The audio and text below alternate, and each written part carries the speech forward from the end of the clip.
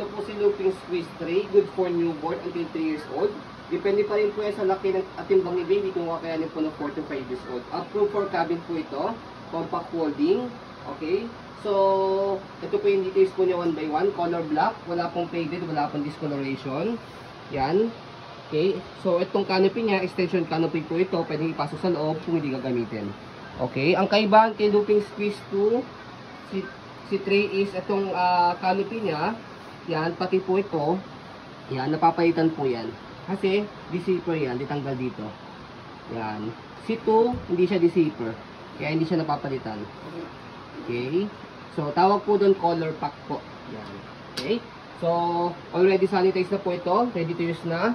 So, okay na po yung pad niya. Ayan. So, ganyan po siya kapag nakaupo. Okay. So, may pad sa harness. 5 harness. Wala pong putol po yan. Okay. So, ayan. Ito po yung front handle niya. Click nyo lang po sa gitna. Ayan. Pag ilalagay nyo si baby. Okay. So, di-zipper siya. Pwede nyo po i-wash pag nadumihan. Okay. Okay. So, adjustable leg rest. Yan, kung nakaupo. Kung nakahiga, push nyo lang na konti. And then, dito po siya kapag nakahiga. Yan, mahaba-haba po siya. Okay. So, regarding naman po sa footrest, ayan po yung details niya. Okay na okay po yung footrest niya. Gulong, okay na okay din po. Hindi po siya pudpod. As you can see, makapal pa po yung gulong niya. Yan, nag-swivel, easy to maneuver. Okay. So, kung tatanggalin nyo yung gulong, so press nyo lang po ito. Ayan. Okay. Yan. Regarding naman po sa body frame, sa right side, yan po yung nag-ano details siya? niya. Isang, ano lang? Pagka one way po, additional na lang namin, meron siya dito sa likod na inaangat or binababa. Pag i-heli nyo si baby. Lakabon. Yes. Yan. Ito sa kabila. Pag i-heli nyo si baby, ibig sabihin, hindi po siya mag-swivel. Yan. Nasa likod na part ng gulong po yun. Yan. Okay? So, body frame sa kabilang side, yan po yung details po niya.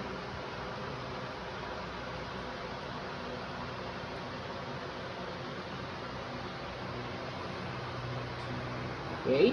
So, sa gulong, okay na okay din po yung gulong sa kabilang side. Makapal din po siya. So, yan. Okay, may pocket dito. Yan, zipper. Yan. Okay. Yan. So, regarding naman po sa likod, sa pag-adjust po sa kanya, kapag ihiga, ito, hatakin nyo lang po ito. Yan. Pag naman po ihiga, press nyo lang po ito and then pull down. Pwede semi-recline, pwede fully reclined. Okay. So, regarding naman po sa basket niya, okay na okay po siya. Yan. Until 15 kg.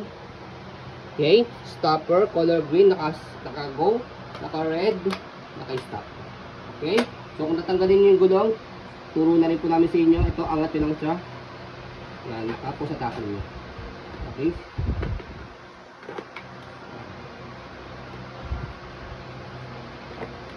Okay.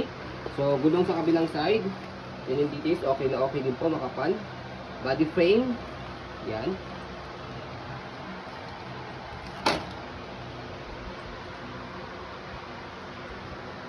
Okay. Pati na rin sa handle. Yan. Kabila niya. Okay. Painful. So, yan. Sa pag-fold po sa kanya, so, you need to slide this and then press po ito sa gitna. Kasi pagka hindi nyo pinislide ito, matigas. Okay? Nakalock. Slide, press, tapos baba nyo ng ganyan, mag-hold po ito. Hawakan nyo lang dito para safe po siya, hindi magasgasan. Pwede pong ganyan, pwede pong naka-luggage type po siya. Yan, luggage type. Okay? Hindi nyo na kailangan i-hand carry. Yan. Okay? So, sa pag-open, sa gilid lang, yan, ito.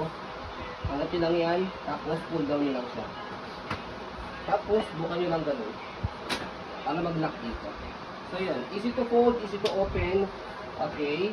So, hindi po kayo mahirapan. So, yun po. As you can see, very details po kami mag-video kasi shop policy po namin, no refund, no exchange, what you see is what you get po. So, yun po. Maraming salamat. Have a nice day and God bless po.